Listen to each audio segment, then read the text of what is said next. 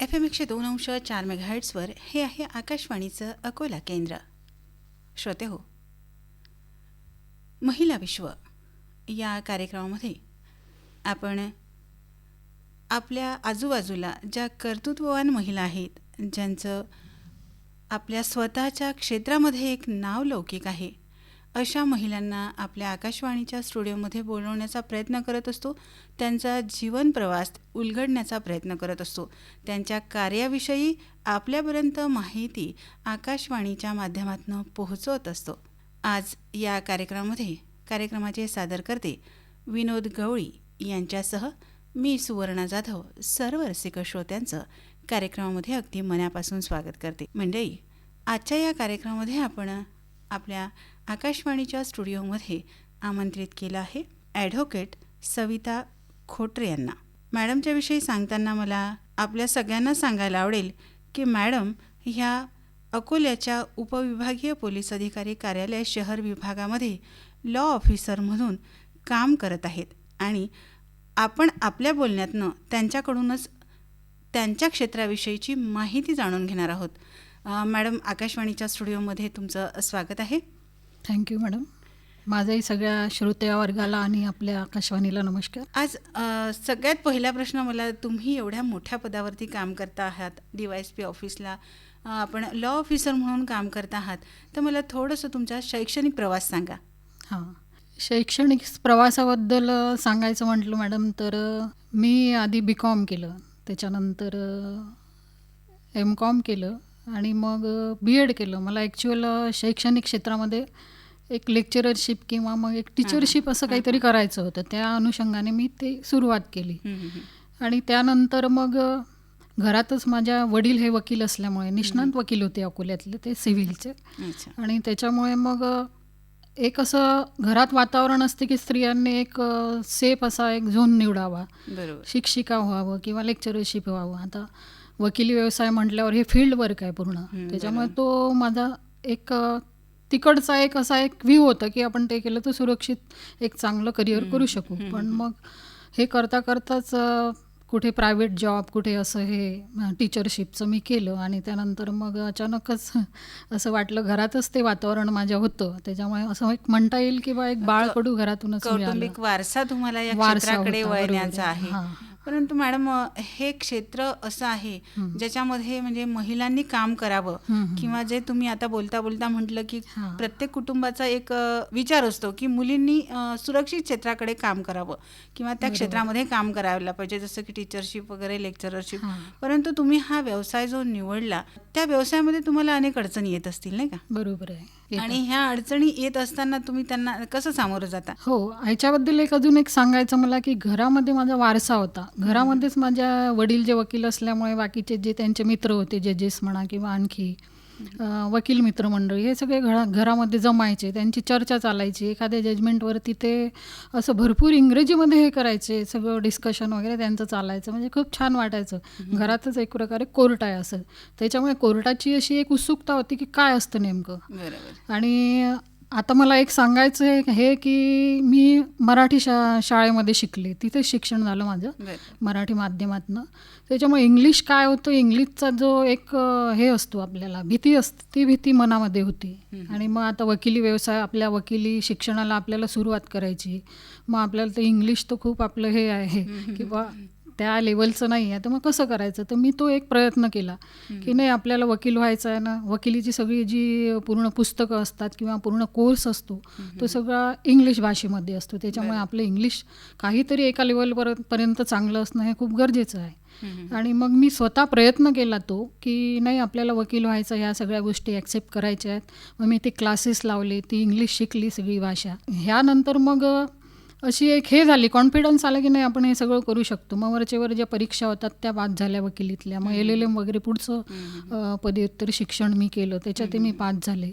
मग त्याच्यानंतर मी MSW केलं. सामाजिक कामाची माझी आवड असल्यामुळे घरात एक शाहू आंबेडकर आणि यांचा वारसा माझ्या वडिलांकडनंच मला आलेला आहे, त्याच्यामुळे त्या विचाराची असल्यामुळे मग मी MSW पण केलं की आपण त्याच्यात काहीतरी करिअर करावं. पण हे सगळं करता करता मग वकिली व्यवसायात आले. 2007मध्ये मी वकिली प्रॅक्टिस सुरू केली जिल्हा आणि सत्र न्यायालयामध्ये.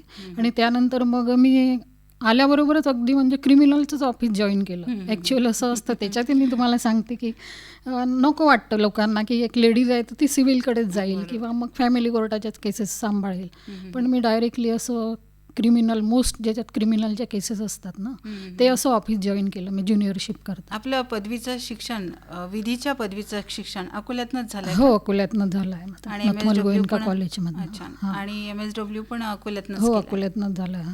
अच्छा. हो, सरनाईक आणि कॉलेज. एकदम हे तुमचं गुन्हे विभागाच्या ज्या तुम्ही केसेस हँडल करता तोच असं निवडण्याचं काही कारण आहे का? कारण काही नाही, एकदम अशी एक क्युरियोसिटी असते की बा एखादा गुन्हा घडतो आजूबाजूला आपला, तेव्हा मग नेमकं काय असतं सामाजिक हे काय असतं बा, गुन्हेगारी अशी का वाढते, का वाढते का त्याच्यात हे असतं. त्याच्याविषयीचं अनालिसिस करण्याच्या उत्सुकतेपोटी या विषयाकडे तुम्ही कारण वळलात. सिव्हिलचं म्हटलं की त्याच्यामध्ये नुसती सिव्हिलचे मॅटर्स असतात, कुठले प्रॉपर्टी आहे किंवा अजून अशा टाईपचे असतात. बरोबर. क्रिमिनल म्हटल्यावर सगळी क्रिमिनॉलॉजी किंवा जे काय गुन्हेगारीकरण आहे ते सगळं आपल्याला प्रत्यक्ष त्याच्यामध्ये काम करायला मिळतं, पाहायला मिळतं. एक म्हणजे एक सामाजिक स्ट्रक्चर जे असतं ते सगळं आपल्या त्याच्यातनं लक्ष देतं. एक कोर्ट म्हटल्यानंतर, एक वकील म्हटल्यानंतर त्याच्याकडे ती केस येते आणि मग त्याच्यानंतर ती पोलीस स्टेशनला दाखल केल्या जाते. हो. आणि कोर्ट आणि पोलीस स्टेशन याच्यामधला म्हणजे दुवा वकील म्हणून चालवतो. बरोबर. तर ही प्रोसेस कशी असते? हां, तर सर्वात सुरुवातीला काय असतं की एक अत्याचारग्रस्त जोही कोणी असेल तो FIR आपला पोलीस स्टेशनला, त्याच्या कन्सर्न पोलीस स्टेशनला, समजा मी जुने शहरात राहते, बरं. कोणी खदानला राहतं, कोणी, तर प्रत्येक ठिकाणी एक पोलीस स्टेशन आहे, तिथे जाऊन तो तिची फिर्याद देऊ शकतो. फिर्याद दिल्यावरती तिथे FIR दाखल होतो. म्हणजे ते सगळं जसं म्हटलं तसं सगळं नोंदवून घेतलं जातं. आता हे FIR दाखल झाल्यावरती पोलिसांचं काम तिथनं सुरू होतं, इन्व्हेस्टिगेशन ज्याला आपण म्हणतो. तर इन्व्हेस्टिगेशन करत असताना मग पोलीस आता हे गुन्हा कसा घडला, कुठे घडला, काय घडला, घटनास्थळ, पंचनामा, मग त्यानंतर सगळे तिथे प्रत्यक्षदर्शी साक्षीदार कोण होते यांचे सगळ्यांचे बयानं नोंदवली जातात. त्यानंतर आरोपीकडे काही असं शस्त्र असते का ते सगळं जप्त केलं जातं, आरोपीला अटक केल्या जाते. मग हा सगळा इन्व्हेस्टिगेशनचा भाग कंप्लीट झाल्यानंतर ती केस कोर्टामध्ये पुढे आपली सादर केली जाते. मग त्याच्यानंतर कोर्टामध्ये जी व्हिक्टीम आहे त्यानंतर जे प्रत्यक्षदर्शी साक्षीदार आहेत, अजून कुठले पुरावे आहेत, ते सगळं सुनावणी कोर्टासमोर होत असते. आता सुनावणी होताना जे कमी याचे गुन्हे आहेत, म्हणजे जे गंभीर गुन्हे नाही आहेत, ते JMFCकडे चालतात. आणि जे गंभीर आहेत किंवा ज्याच्यामध्ये जास्त शिक्षा होऊ शकते असे गुन्हे सेशन कोर्टाला चालतात. जिल्हा आणि सत्र न्यायालय जे आपण म्हणतो ते उच्च न्यायालय आपल्या इथे, त्याला उच्च न्यायालय म्हणतात. असे 2 टाईपचे आपल्या इथे न्यायालय आहेत आणि त्याच्यानुसार मग तिथे केस सुरू होते. मग सगळ्यात पहिले व्हिक्टीमचा तिथे पुरावा होतो, त्याच्यानंतर साक्षीदार तपासले जातात. आणि हे सगळं करत असताना त्या व्हिक्टीमला, त्या फिर्यादीला सरकारी वकील नियुक्त केले जातात. ते सगळं म्हणजे कोर्टा थ्रूच असतं, फ्री असतं सगळं. तर ते सरकारी वकील जे असतात ते त्या व्हिक्टीमची बाजू मांडत असतात, पुरावे चालू असतात. त्याच्यानंतर यांचा सगळा पार्ट संपल्यानंतर मग आरोपी त्याचा म्हणजे सुरू करतो, त्यालाही बाजू मांडण्याचा अधिकार आहे. दोन्ही बाजू ऐकून घेतल्याशिवाय कोर्ट कुठलाच निर्णय देत नाही. आरोपीची बाजू ऐकून घेणे हे कायद्यानुसार बंधनकारक आहे. त्यामुळे त्यांची सुद्धा बाजू ऐकून घेतल्या जाते. दोन्ही पार्टीचं सगळं ऐकून घेतल्यानंतर मग कोर्ट त्यामध्ये निकाल जाहीर करत असतं. अशा टाईपची ही प्रोसिजर चालत असते. पण कधी कधी असं होतं, क्रॉस चेकिंग ते करतात का त्या ठिकाणावर जाऊन? हो, क्रॉस चेकिंग होऊ शकतं. कोर्टाने जर आदेश दिले, एखाद्यामध्ये काय असतं, इन्व्हेस्टिगेशन कंप्लीट झाल्यावरतीही आपल्याला नंतर पुरावे सापडलेले असतात, तर ते पुरावे आपल्याला परत शोधण्याकरता कोर्टाची परमिशन घ्यावी लागते. आणि ते कोर्टाच्या परमिशनने तिथे जाऊन ह्या सगळ्या गोष्टी जो तपास अधिकारी आहे तो परत ते सगळे पुरावे आपला गोळा करू शकतो.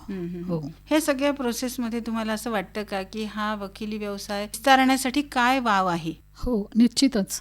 आता मी तुम्हाला माझं स्वतःचं सांगते. मी सुरुवातीला जेव्हा वकील झाले, वकिली करत असताना 1-2 वर्षानंतरच मला एक फेलोशिपचं असं एक ॲड दिसली. म्हणजे चांगल्या पुण्यातल्या सहयोग ट्रस्ट म्हणून एक हे आहे ट्रस्ट, त्यांची मला हे दिसली. आणि त्यांनी मला माझी इंटरव्ह्यू वगैरे घेतली आणि त्यानंतर मला त्यांनी कायद्याचे विद्यार्थी म्हणून एक फेलोशिप सुरू केली 2 ते 4 वर्ष अशी. तर त्यांचं असं म्हणणं होतं की हे कायद्याचे विद्यार्थी तयार म्हणजे केल्या गेले पाहिजे.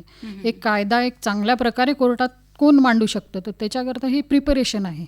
तर हा कायदा मांडत असताना मग कायद्याचे विद्यार्थी म्हणून मी जेव्हा तिथे सिलेक्ट झाले, तेव्हा त्यांनी मला एक प्रशिक्षण दिलं की वकिली ही नुसती एक या बाजूनी न करता किंवा कमर्शियल एक करिअर न करता आपण त्याच्यामध्ये सोशिओ लिगल लॉयरिंग कसं करू शकतो, की एक व्हर्नरेबल जे क्लासेस आहेत, समजा एक विक्टिम आहे, त्याच्यानंतर स्त्रिया आहेत, त्याच्यानंतर बालक आहेत, त्यानंतर म्हातारी लोकं आहेत, त्यानंतर स्वीपर आहे, अशी ही वाढत जाणारी एक व्हल्नरेबल क्लासेसची एक यादी आहे. याच्यासाठी आपण कसं वेगळ्या प्रकारे काम करू शकतो, यांच्या समस्या आपण कशा प्रकारे मांडू शकतो कोर्टासमोर, त्यांना हक्क कसा मिळवून देऊ शकतो, ह्या टाईपचं त्यांनी आमचं शिक्षण आणि प्रशिक्षण पूर्ण केलं.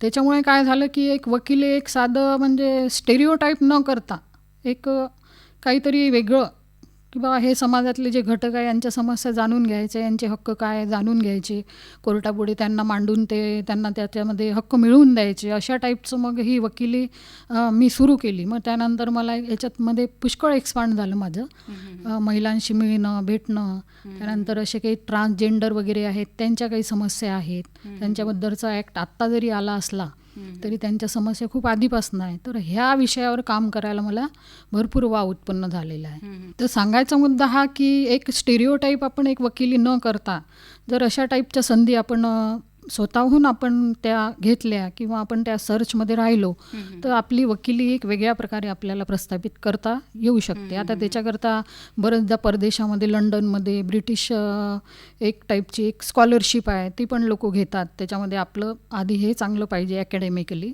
त्याच्यानंतर ती स्कॉलरशिप घेऊन युरोपमध्ये, लंडनमध्ये, अमेरिकेमध्ये आपण शिकायला जाऊ शकतो. तिथली स्कॉलरशिप आपल्याला मिळते, तिथलं ॲक्च्युअल काय आहे न्यायव्यवस्था, तिथली ज्युडिशरी कसं काम करते, किती पारदर्शकता आहे, हे सगळं शिकून घेऊन आपण इथे येऊन मग ते थोडासा एक रिफॉर्म म्हणतो आपण, तो सगळ्या गोष्टीत आणू शकतो. आता आपण बोलता बोलता म्हटलात की आपण विदेशातही संधी आहे, आपण तिथली फेलोशिप घेऊ शकतो किंवा तिथे जाऊन शिक्षण घेऊ शकतो आणि काय त्याची न्यायव्यवस्था आहे ती शिकून आपण त्याचं मार्गदर्शन घेऊ शकतो. पण आपण जेव्हा विदेशात शिक्षायला जातो तर तिथल्या अशा काही NGOज आहेत का, किंवा तिथे हे खर्च कोण करू शकतं? हा, NGOज तर आपल्या इथल्या पण आहेत, काही सरकारी शिष्यवृत्ती आहेत, त्याकरता आपल्याला त्या याच्यामध्ये सर्चमध्ये राहून कॉलेजमध्ये सर आपण शिक्षण घेत असू तर त्या ठिकाणी आपल्याला ॲडव्हर्टाईज ती बघावं लागते, किंवा त्या ठिकाणी अशा टाईपच्या एक हे येतात किंवा स्कॉलर असं कोण आहे, त्यांना जायची इच्छा आहे का, तर ते सगळं खर्च वगैरे त्यांच्या थ्रू होत असतो आणि त्यानंतर आपल्याला तिथे जाऊन ते सगळं शिकता येतं. ज्युडिशरी म्हटलं, न्यायव्यवस्था म्हटलं की ती काहीतरी त्याच्यासमोर आव्हानं असतात. म्हणजे हे सगळं करत असताना तुमच्यासमोर म्हणजे तुम्ही वकील क्षेत्रातले लोक आणि तुमचे पक्षकार याच्यामध्ये काय समस्या किंवा काय आव्हानं तुम्हाला येतात? अगदी बरोबर आहे की आता न्यायव्यवस्था, वकील आणि पक्षकार हे सगळं म्हणजे एका काय म्हणतात त्याला एक लिंक आहे ही, आणि त्याच्यामध्ये पोलीस पण येतात. पोलीस कारण ते इन्व्हेस्टिगेशन करत असतात, त्यानंतरच्या सगळ्या ह्या गोष्टी कोर्टामध्ये गेलेल्या असतात. तर ह्या सगळ्या हे एकमेकांमध्ये सुसंवाद असणं अत्यंत गरजेचं आहे. कारण की आता आपण बघतोय की न्यायालयामध्ये खटल्यांची संख्या जी वाढलेली आहे, भयंकर वाढलेली आहे, त्याच्यामध्ये डिस्पोजल त्या मानाने थोडंसं हे झालेलं आहे, आपण म्हणतो आपल्या अपेक्षेप्रमाणे नाही आहे. याला कारण हेच की प्री लिटिगेशन जे आपण म्हणतो, आता एखादी केस दाखल करायची, छोटा मोठा गुन्हा आहे किंवा ज्याच्यामध्ये आपली रिकव्हरी होऊ शकतो पैशांची, याची त्याची, तर अशा याच्यामध्ये आपण गुन्हा दाखल न करता प्री लिटिगेशन म्हणून कोर्टामध्ये बऱ्याचशा सोयी आता मेकॅनिझम जो आहे तो सुरू करण्यात आलेला आहे. तर याच्यामध्ये आपण ती संख्या कमी करू शकतो. दोघांना एक काउन्सिलिंग म्हणा किंवा मेडिएशन म्हणा, याच्यावरती आपण त्यांना आणून हे जे लिटिगेशन्स आहे हे कमी करू शकतो. आता दुसरी गोष्ट अशी आहे की कोर्टामध्ये केस दाखल केल्यानंतरची जी पक्षकाराला घाई असते की नाही आता मी एवढा पैसा लावलेला आहे, एवढं सगळं कोर्टातच मला न्याय लगेच मिळायला पाहिजे, अगदी म्हणजे मी म्हणतो इतके दिवसात. आजकाल वेळेचं सगळ्यांना अगदी कोणी थांबायला तयार नाही. आधी पूर्वी भरपूर थांबून घेतलं जाते किंवा त्या डिले हे एक पण कारण आहे की तुमच्या केसमध्ये डिले पण नको व्हायला, कारण की ते समोर डिले झाला की त्या केसचे एव्हिडन्सेस जे आहेत ते सगळे कमी होऊन जातात, त्याची एक मला व्हेरायसिटी कमी होऊन जात असते. त्याच्यामुळे म्हणून मग आणि केस दाखल केल्यानंतरची जी घाई आहे ती अतिशय म्हणजे ती कामाचीच नसते आपल्या. आता वकिलाकडे केस गेल्यावरती कोर्टाचे एक 4 चौकटीत ती केस बसवून आम्हाला दाखल करावी लागते. ती दाखल केल्यावर नंतर तो समोरचा वकील जो असतो, गैरअर्जदाराचा वकील असतो, तो त्याला पण एक संधी कोर्टाने दिल्याशिवाय कोर्ट कुठलंच तिथे त्याच्यामध्ये स्टेप हे नाही करू शकत, कुठली ऑर्डर नाही करू शकत.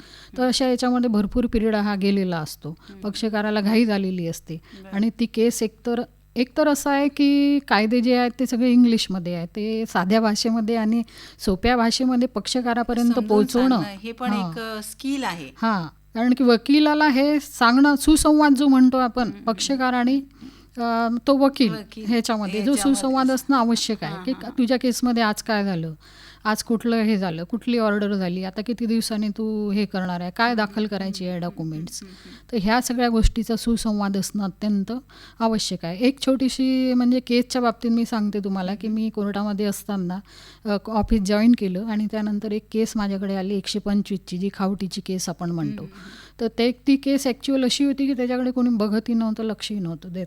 म्हणजे 5, 6, 7 वर्ष होऊन गेले तरी त्याला कोणी हातच नव्हतं लावत. बाकीचे जे मॅटर आहेत तेच चालवले जायचे. मग ही लेडीज माझ्याकडे आली आणि ॲक्च्युअल त्या सिनियरकडे मी आमच्या हे प्रॅक्टिस करत असल्यामुळे मला सगळीच मुभा होती की सगळ्या केसेस तुम्ही चालवा, क्रिमिनल चालवा, सिव्हिल चालवा किंवा मग फॅमिली कोर्टाच्या. तर ते एक मला खूप चांगलं म्हणजे प्लॅटफॉर्म होतं. तर त्या लेडीजची मी केस घेतली आणि कोर्टात गेली. कोर्टात गेल्यावरती त्या केसमध्ये काहीच झालेलं नव्हतं, पुरावे नाही, काही नाही, काहीच नाही. ॲक्च्युअल कसं असतं की कोणी जर त्या केसमध्ये काही केलंच नाही तर कोर्टाचं एक हे राहतो ना की बा वकील ते कॉल करतात, सगळं येत नाही कोणी. आम्ही जरी आमच्या बाजूने गेलो असलं तरी समोरचा वकील यायला पाहिजे असतो. तर ती केस मी निवडली, त्याच्यामध्ये मी कुठलीही फी घेतली नाही, काहीच नाही, आणि कोर्टामध्ये हिअरिंग केलं. त्या बाईचा एक पुरावा दाखल केला. कोर्टाने एवढं म्हणजे ते सगळं ॲप्रिशिएट केलं की ठीक आहे, खूप दिवसाचं मॅटर, बरोबर आहे म्हणे मॅडम, हे खूप दिवसाचं पेंडिंग आहे, याच्यामध्ये त्या बाईला खावटी द्यायला पाहिजे. बरं, मी असं केलं की माझ्या बियॉन्ड जाऊन त्या बाईचं एक पगारपत्रक मिस्टरांचं, तिच्या नवऱ्याचं, ते बोलवलं वर्ध्यावरनं आणि ते कोर्टामध्ये सादर करून त्याच्यानंतर लगेच मग कोर्टाने हे घेतली, ऑर्डर केली. त्याच्यामध्ये 1,500 रुपये, आता ती 10-12 वर्षापूर्वीची गोष्ट आहे, 10-12, तिला 1,500 रुपये आणि 50,000 रुपये लमसम अशी ऑर्डर केली त्याच्यामध्ये. म्हणून हे सांगण्याचा उद्देश हा की तुम्ही ती केस एक लहान किंवा मोठी न पाहता त्याच्यामुळे तुम्ही तुमचं स्किल, एफर्ट्स काय देऊ शकता त्याच्यावरती बऱ्याचशा गोष्टी डिपेंड असतात. त्या प्रयत्नामुळे एका महिलेला न्याय मिळाला खरं तर. पण असं होतं का, तुम्ही आता सांगताना सांगितलं की ती 6-7 वर्षापासून ती केस पेंडिंग होती, तुमच्याकडे दाखल झाल्यानंतर ती किती दिवस चालू शकते का कोर्टाची केस, की त्याला काही टाइम पिरियड असतो की एवढ्या दिवसात या केसचा निकाल लागायला हवा किंवा या केसवर काहीतरी निर्णय व्हायला पाहिजे, असं काही असतं का? हो, असं आहे. आता म्हणजे नवीन ॲक्ट जे झालेले आहेत, स्त्रियांवरती जे अत्याचार आहेत, मुलांवरती जे अत्याचार आहे, ह्या केसेसमध्ये 60 दिवसामध्ये तुम्हाला सगळं इन्व्हेस्टिगेशन करून कोर्टात केस दाखल करणं, चार्जशीट दाखल करणं हे मॅन्डेटरी झालेलं आहे. त्याच्यामुळे त्या याच्यामध्ये आपण म्हणू शकतो की ती 60 दिवसामध्ये, आणि त्याचा पिरियड दिलेला आहे, टाईम बाउंडमध्ये ती केस चालवावी लागते, 6 महिन्यामध्ये, 1 वर्षामध्ये. आणि त्यानंतर त्याच्यामध्ये फास्ट ट्रॅक कोर्ट जे म्हणतो की एक स्पेशल कोर्ट आहे, फास्ट ट्रॅक कोर्ट आहे, तिथे त्या केसेस जातात, अत्याचारग्रस्त लेडीजच्या, मुलांच्या, पोक्सो ॲक्टच्या, अशा ज्या केसेस तिथे जाऊन त्यांना लगेच त्याच्यामध्ये ती केस लागून त्याच्यामध्ये न्यायनिर्णय होत असतो. पण आता 125 म्हटलं, खावटीची म्हटलं, सिव्हिल म्हटलं, ह्याच्यामध्ये बऱ्याचशा पुरावा आणि साक्ष पुरावे हे खूप महत्त्वाचे असतात. ते जोपर्यंत तुम्ही रेकॉर्डवर आणत नाही तोपर्यंत तुमच्या केसला ती एक गती मिळत नाही, परिपक्वता त्याच्यामध्ये येत नाही, एक सबळ पुरावा आणल्याशी. त्याच्यामुळे केसेस ह्या लांबत जातात. बरोबर. एक वकील म्हणून तुम्ही एवढे दिवस झाले या क्षेत्रामध्ये काम करता आहात, तर एक वकील म्हणून या कामाचा दर्जा कसा असला पाहिजे? हो, अत्यंत आवश्यक प्रश्न आहे हा. कारण की वकिली म्हटल्यावरती आत्ता म्हणजे 10 वर्षापूर्वीची परिस्थिती आणि आजची परिस्थिती याच्यामध्ये खूप बदल झालेला आहे. आता म्हणजे वकिलांची संख्या वाढलेली, व्यावसायिक याच्यासाठी की एक स्वतःचा एक स्वतंत्र व्यवसाय आपण करू शकतो याच्यामध्ये. आणि दुसरं म्हणजे एक की वकिली हा व्यवसाय असा आहे की हा सगळं सामाजिक जे इश्यूज आहेत, सामाजिक सगळं याच्याशी हा संबंधित आहे. हे असं कुठलंच होणार नाही मॅटर जे की वकिलाजवळ येत नाही म्हणून. बरं. सामान्यांचं असं म्हणणं असतं, डॉक्टर आणि वकिलाशी कधी खोटं बोलू नये खोटं बोलू नये, आणि बरोबर. त्यांच्यापासून कोणत्याही गोष्टी लपवून ठेवू नये. अगदी म्हणजे बरोबर. त्याच्यामध्ये आपण न्यायव्यवस्थेला सहकार्य करतो आणि आपल्याला सुद्धा न्याय मिळवून घ्यायला वाव मिळतो. हो. तर हे असं सगळं असताना आता हे सगळ्या सामाजिक क्षेत्राच्या सगळ्या प्रकारच्या केसेस तुम्ही हँडल करता आहात. हो. तर मला एक प्रकर्षाने असं जाणवतं आहे सध्याच्या परिस्थितीमध्ये की लहान मुलं थोडे गुन्हेगारी जगताकडे वळत आहेत. तर याचं बरोबर. कारण काय असावं? हा जो एकदम सामाजिक संवेदनशील असा हा प्रश्न आहे, पण तरी मी तुम्हाला विचारते की याची मागची एक वकील म्हणून काय कारण असावी? ह्याच्या मागची कारणं मॅडम अशी आपल्याला एकदम असं काही कारण सांगता नाही येणार आहे. काय आहे की एखादं आपण अशा टाईपचा जर गुन्हा असेल तो जर अभ्यासाला घेतला तर त्याच्यामुळे आपल्याला त्याची सामाजिक परिस्थिती काय आहे, बरं. त्याच्यानंतर त्याचं कुटुंब कसं आहे, कुटुंब त्याला किती वेळ देतं, त्याचं मित्रमंडळ कोण आहे, तो कुठल्या याच्यामध्ये संपर्कामध्ये आलेला आहे, किंवा त्याच्या काही राहिलेल्या अशा काही इच्छा अपूर्ण आहेत का, ह्या सगळ्या गोष्टीचा आणि एक सोशल एक आपण स्ट्रक्चर जे म्हणतो सामाजिक, तो कोणत्या परिस्थितीत वाढतो आहे हां, मुलगा? असमानता जी आहे सामाजिक याच्यामध्ये, घटकामध्ये, वर्गामध्ये, त्यामधून त्याची ती टेंडन्सी होऊन जाते की तो गुन्हा त्याच्या हातून तो तसा घडला जातो. वास्तविक पाहता ह्या सगळ्या गोष्टी करत असताना कोर्टाचा जो व्ह्यू आहे, बालन्याय मंडळ इथे त्याच्या केसेस चालतात, त्याला आपण गुन्हेगार सुद्धा म्हणू शकत नाही. विधी संघर्षग्रस्त बालक जो कायद्याच्या कचाट्यात सापडलेला आहे असं आपण त्याला एक शब्द वापरतो. आणि कोर्टाचा व्ह्यू खूप लेमिनंट आहे, ह्याच्यामध्ये शिक्षा देता येत नाही किंवा कुठली गोष्ट लादता येत नाही. त्याच्यामुळे त्या सगळ्या गोष्टी पॅरामीटर्स आणि हे समजावून घेऊन कोर्ट त्याला एक समायोजक अशी शिक्षा देऊ सुधारगृहामध्ये शकतो, पाठवून त्याला एक चांगलं सुधारण्याची संधी देऊ संधी देऊ शकतो. हो, शकतो. हो. आपलं हे सगळं क्षेत्र बघता म्हणजे अगदी वकील म्हटल्यानंतर त्याला कधीही बोलावणं येऊ शकतं त्याच्या टाईम पिरियडमध्ये, किंवा कधी त्याला आपल्या पक्षकारासाठी उपलब्ध राहावं लागतं. बरोबर. तर हे सगळं तुमचं इतकं बिझी शेड्यूल असताना तुम्ही तुमची कौटुंब आणि हा व्यवसाय कसा सांभाळता? आता कौटुंबिक म्हटलं तर सगळ्या जबाबदाऱ्या ह्या स्त्रीवर आहेत. त्याच्यामुळे ह्या सगळ्या सांभाळूनच आपल्याला जे आपलं करिअर करायचं असतं. आता स्त्री असल्यामुळे कसं आहे की काही केसेस आपण एखाद्या जेंट्स आपला सहकारी आहे, हे आहे, तर त्यांना आपण सोपवून देऊ शकतो, किंवा अजून कोणी आपला ज्युनियर ठेवून आपण ह्या गोष्टी करू शकतो. आणि हे असं करत असताना मग आपलं बाकी कौटुंबिक जबाबदाऱ्या म्हणा किंवा हे म्हणा ते आपण घरी पण सॉल्व्ह करू शकतो. काही गोष्टी अशा आहेत की त्या घरी येऊनही आम्ही त्याच्यामध्ये सल्ला वगैरे ह्या देऊ शकतो. म्हणजे कसं दोन्ही मेंटेन होऊ शकतं. ह्या व्यवसायाकडे तुम्ही कसं पाहता? महिलांनी या व्यवसायाकडे यावं का, आणि त्यांना उपलब्ध संधी कशा असू शकतात याच्यामध्ये? बरोबर आहे. अगदी म्हणजे महिलांनीच ॲक्च्युअल याच्यामध्ये जास्त प्रमाणात यावं अशी माझी इच्छा आहे. क्या बात आहे. कारण कायद्याचं क्षेत्र म्हटल्यावर आपण एवढं सुरक्षित राहतो की कायदाच आपल्या हातामध्ये असल्यामुळे कसं आपण ते म्हणजे स्वतःला एक आपण कॉन्फिडन्स समजतो, सगळ्याला आत्मविश्वास आपल्याला आलेला असतो. आणि त्यानंतर जर ही एखाद्या स्त्रीने असं ठरवलं की मला वकील व्हायचं, असं डॉक्टर बाबासाहेब आंबेडकरांनी म्हटलेलं आहे की तुम्ही शिका, संघटित व्हा आणि संघर्ष करा. तर हे वाक्य आपण नेहमीसाठी सगळ्या स्त्रियांनी आपल्या मनामध्ये ठेवलं पाहिजे. आणि त्या याच्यावरती हे करून कायद्याची शेवटी गरज काय, बाबासाहेब आंबेडकरांनीच कायदा कसा व्यवस्थित हे करावा ह्याच्याकरता आपल्याला सांगून ठेवलेलं आहे. संविधान आपल्या समोर आहे, तर संविधानाच्या नुसारच हे सगळे कायदे बनलेले आहे. त्याच्यामुळे स्त्रियांवर होणारे अत्याचार हे तरी आपण ॲक्च्युअलमध्ये सगळ्या गोष्टी विचारात घेऊन स्त्रियांनी या क्षेत्रामध्ये येण्याची अत्यंत आवश्यकता आहे. आणि आता असं झालेलं आहे की सगळं क्षेत्र जे आहे ते सगळं सुरक्षित आहे, सगळ्याच दृष्टीने सुरक्षित आहे. आपण जे म्हटलं व्यवसाय आणि हे आपलं सोशल वर्क आणि व्यवसाय या दोन्ही गोष्टी आपण मॅनेज केल्या पाहिजे. अगदी बरोबर तुमची आहे. आवड आणि तुमची निवड हे दोन्ही गोष्टी तुम्ही याच्यामध्ये जपू शकता. हां. हे सगळं करत असताना मॅडम तुम्ही एवढं सामाजिक तुमचा टच आहे, तुम्ही प्रत्येक विषय हाताळत आहात. म्हणजे तुमच्या बोलण्यातनं आत्तापर्यंत आपण जे बोलतो आहोत त्याच्यामध्ये तुम्ही सामाजिक क्षेत्राच्या जे काही प्रश्न आहेत, महिलांचे असतील, बालगुन्हेगारीचे असतील, सामाजिक प्रश्न प्रश्न असतील, हे सगळं करत असताना तुम्हाला खूप वेगवेगळे पुरस्कार मिळालेले आहेत. महिला रत्न हो. पुरस्कार असेल, कर्तव्ययोगिनी सन्मान असेल, सावित्रीची लेक असेल. तर हे सगळं काम करत असताना तुम्हाला हे पुरस्कार मिळाले, याच्यासाठी तर मी तुमचे खूप खूप अभिनंदन करेन. आणि हो, खूप या धन्यवाद. सगळ्या करण्यामागे पुढे अजून तुमचं भविष्यातलं नियोजन काय आहे?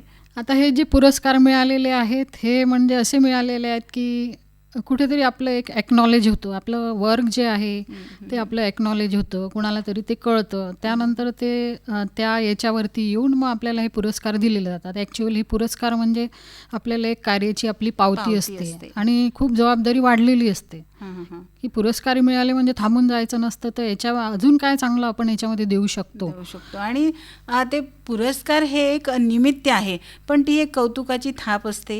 हो, निश्चित. सामाजिक की तुम्ही याच्याही पुढे जाऊन काहीतरी स्वतःला सिद्ध करा, याच्याही पुढे जाऊन तुमच्या भविष्यासाठी काहीतरी करू शकता, समाजासाठी काहीतरी करू शकता. अगदी मॅडम, बरोबर. हे सगळं करत असताना एवढा तुमचा आजपर्यंतचा प्रवास पाहता तुम्ही अनेक समस्यांना तोंड दिलेलं आहे. तर हे सगळं करत असताना तुम्ही नेमकं ह्या सगळ्या आजपर्यंतच्या तुमच्या इथपर्यंत पोहोचण्याच्या पदापर्यंत पोहोचायला तुम्हाला जो काही संघर्ष करावा लागला किंवा आजपर्यंत ज्या पदावर तुम्ही आहात, तर ह्याच्यासाठी तुम्हाला प्रेरणास्थान तुम्ही कोणाला मानता? प्रेरणास्थान मानायचं म्हटलं तर सुरुवातीला मित्रमैत्रिणी किंवा तुझ्यामध्ये हा गट्स आहे, तू हे करू शकतेस, अगदी आणि त्यांनी जो आत्मविश्वास वाढवला तो. आणि त्यानंतर शिक्षणाच्या बाबतीत म्हटलं तर ही फेलोशिप जी मला मिळाली, त्याच्यानंतर मी एकदम म्हणजे मला असं वेगळं त्या कायद्यात, असं कायद्याची प्रॅक्टिस ही वेगळ्या पद्धतीने कशी करायची त्या बाबतचं जे मार्गदर्शन त्या गुरूंनी मला दिलं ते. आणि मग हे सगळं करत असताना एक स्वयंसिद्धता आपण ज्याला म्हणतो की नाही, आपणच आपल्याला सांगत असतो की नाही हे आपल्याला करायला पाहिजे, नाही इकडे आपल्याला जायला पाहिजे. ह्या सगळ्या गोष्टी आपल्या स्वयंप्रेरणेतूनही बऱ्याचदा येत असतात, तर ती सुद्धा आपल्याकरता आवश्यक असते. आता शिकवणारे आपले सगळे आजूबाजूला जे असते त्यातूनच आपण शिकत असतो. ॲक्च्युअल सगळेजण कोणी काही हात धरून शिकवत नाही. वकिली हा असा व्यवसाय आहे की तुम्हाला एकदम त्या पाण्यामध्ये जसं सोडतात तसं सोडून दिलेलं असते, आणि जजच्या समोर जाताना आपण एकदम घाबरलेलो असतो त्या गोष्टी. आता जज आणि आपल्यामध्ये बरंचसं एक हे असतं, ते ट्युनिंग जुळवायसाठी आपल्याला अभ्यासपूर्वक त्यांच्यासमोर जावं लागतं. अभ्यासपूर्वक आपण त्यांच्यासमोर गेल्यावरती ते आपल्याला ओळखतात की नाही, यांना त्याच्यामध्ये काहीतरी करायची एक उर्मी आहे, काहीतरी हे चांगलं वाचून येतात. त्यामुळे ते सुद्धा आपले गुरु होऊ शकतात की त्यांनाही आपण एक गायडन्स देतात ते की हे तुम्ही हे असं करा, तसं करा, ह्याच्यामध्ये हे असं केलं तर तुमचं अजून चांगलं होईल. ह्या सगळ्या याचा म्हणजे हे सगळे गुरुच आपण ज्याच्यातनं शिकत जातो. बिझी शेड्यूल, तर त्याच्यामध्ये तुम्ही स्वतःला जो वेळ देतात, तर हाच प्रश्न जरा मी तुम्हाला वैयक्तिक विचारते आहे, तर तुमच्या आवडीनिवडी काय आहेत? आवडीनिवडी माझ्या अशा आहेत की आता म्युझिक BC म्हणून एक हे आहे, तिथे मी छान ते BC म्हणजे म्युझिक वगैरे ऐकायला जात असते. ऐकायचीच आवड आहे. तर तिथे सुद्धा माझं ॲप्रिशिएशन केलं की ह्या मॅडम येतात आणि इतकं छान ऐकतात, तर ह्या आमच्या सगळ्यात चांगल्या श्रोता आहे. ते सुद्धा त्यांनी ॲप्रिशिएशन केलं. आता नाही मला ते गाण्याचं म्हणजे स्वतःहून जरी नाही आहे त्याच्यामध्ये काही आपलं स्किल, तरी मग एक ऐकण्याची आवड आहे. त्यानंतर वेगवेगळे ग्रुप आहेत, सामाजिक सेवेचे म्हणा किंवा काही समजा झाडे लावणे आहे, काही हे आहे, अशा याच्यामध्येही आवड आहे सगळ्या गोष्टी. एका म्युझिक ग्रुपशी जुळलेला आहात, एक चांगल्या श्रोता आहात, तर तुम्हाला गाणं म्हणायलाही आवडतं की गाणं ऐकायलाच आवडतं? गाणं म्हणायला असं आवडतं की गुणगुणायला आवडतं, कारण आवाजात एवढं हे नसल्यामुळे, स्ट्रेंथ नसल्यामुळे तरी ऐकणं तुम्ही एक जास्त चांगल्या श्रोता आहे हेही खूप काही कमी नाही आहे. म्हणजे एक चांगला श्रोता असणं हे सुद्धा महत्त्वाचं आहे. तर तुम्हाला आवडत असलेलं एखादं गाणं आज आमच्या श्रोत्यांसाठी आणि तुमच्यासाठी पण सांगा. हो, निश्चितच. फिल्म केसरी आहे आणि त्याच्यामधलं जे गाणं आहे मेरी जमी मेरे मेहबूब, ते ऐकायला आवडेल. खूप छान असं हे गीत आहे. तर त्याच्यामधनं आपण हे गाणं तुमच्यासाठी आणि आमच्याही सगळ्या रसिक श्रोत्यांसाठी आपण नक्कीच ऐकवणार आहोत.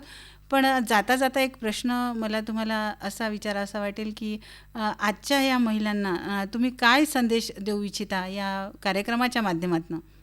अगदी निश्चितच. सगळ्या माझ्या मैत्रिणी आणि सगळ्या ज्या महिला आहेत त्यांनी एक स्वतःकडे फक्त एकदा बघावं. आत्मभान ज्याला आपण म्हणतो की आपल्यात बऱ्याचशा गोष्टी असतात. तर सगळ्यांनी कोणी काही हायर एज्युकेशनच घेतलेलं असलं असं नाही आहे. तर त्या सगळ्या आपल्यातलं आत्मभान आणि आपल्यातली जी स्वयंप्रेरणा असते त्यांनी आपण आपल्यातलं जो स्किल असतो तो ओळखून आपण आपलं एक्सप्लोअर केलं पाहिजे जे काही असेल ते. आणि माझ्या ज्या मैत्रिणी आहे विधिज्ञ ज्या आहेत त्यांना मी असं सांगेल की कुठल्याही कोर्टामध्ये तुम्हाला उभं राहायचं असेल तर तुम्हाला फ्ल्युएंटली इंग्लिश यायला पाहिजे. दुसरी गोष्ट म्हणजे तुमचं डिव्होशन पाहिजे तुमच्या केसच्या प्रती, तुमच्या कामाच्या प्रती, आणि तुम्ही सगळ्यांशी जुळून घेतलं पाहिजे. ह्या सगळ्या गोष्टी तुम्ही करूनच पुढे जाऊ शकता आणि तुमचं हे क्षेत्र जे आहे त्याच्यामध्ये पुढे तुम्ही हे करू शकता, प्रगती करू शकता. तर एक्सप्लोअर जे करणं आहे ते खूप आवश्यक आहे. त्याकरता तुम्हाला लिगल ड्राफ्टिंग यायला पाहिजे. ड्राफ्टिंग हे सगळ्यात महत्त्वाचं आहे वकिलाच्या दृष्टीने. तुम्ही केस कशी मांडता त्याचं नुकसानही झालं पाहिजे ना पक्षकाराचं. त्याच्यामुळे ह्या सगळ्या तिन्ही गोष्टी तुम्ही शिकून जर एक चांगली वकिली करू शकल्या तर निश्चितच समाजासाठी आणि एक आपल्या क्लायंटसाठी सुद्धा आपण करू शकतो. आणि जास्तीत जास्त आपण एक सामाजिक केसेस ज्या आहेत त्याच्यावरती काम करायला पाहिजे. आपण वैयक्तिकरित्या तर सगळ्या गोष्टी करतोच, पण एक सामाजिक इश्यूज आपल्या आजूबाजूला काय आहेत तर त्या लोकांना, अन्यायग्रस्त लोकांना तिथे आपण कसं घेऊन जाऊ, त्यांचे हक्क कसं मांडू शकू, ही एक खूप बियॉन्ड आपल्याला काहीतरी गोष्ट करता येते वकिली व्यवसायामध्ये. आज तुम्ही तुमच्या वैयक्तिक आयुष्यापासनं आणि वकिली व्यवसायाची पार्श्वभूमी, गुन्हेगारी जगत आणि आजपर्यंतचा तुमचा जीवनप्रवास कसा झाला आणि आज या पदावरपर्यंत तुम्ही कशा पोहोचलात हे सगळं सांगत असताना महिलांनी स्वतःसाठी सुद्धा काय करायला पाहिजे आणि महिलांच्यासाठी काय संधी उपलब्ध आहेत हे सगळं अगदी विस्तृतरित्या सांगितलं. आणि आकाशवाणीच्या स्टुडिओमध्ये आपण आलात, अगदी मनापासून धन्यवाद. या कार्यक्रमाचे सादरकर्ते विनोद गवळी यांच्यासह मी सुवर्णा जाधव आणि सर्व रसिक श्रोत्यांच्या वतीने मी आपले खूप मनापासून आभार मानते मॅडम. धन्यवाद. आकाशवाणी यांचे मी पण धन्यवाद मानते आणि श्रोत्यांनी मला खूप चांगल्या प्रकारे ऐकून घेतलं असेल त्याबद्दल मी त्यांचे खूप खूप आभारी आहे. थँक्यू.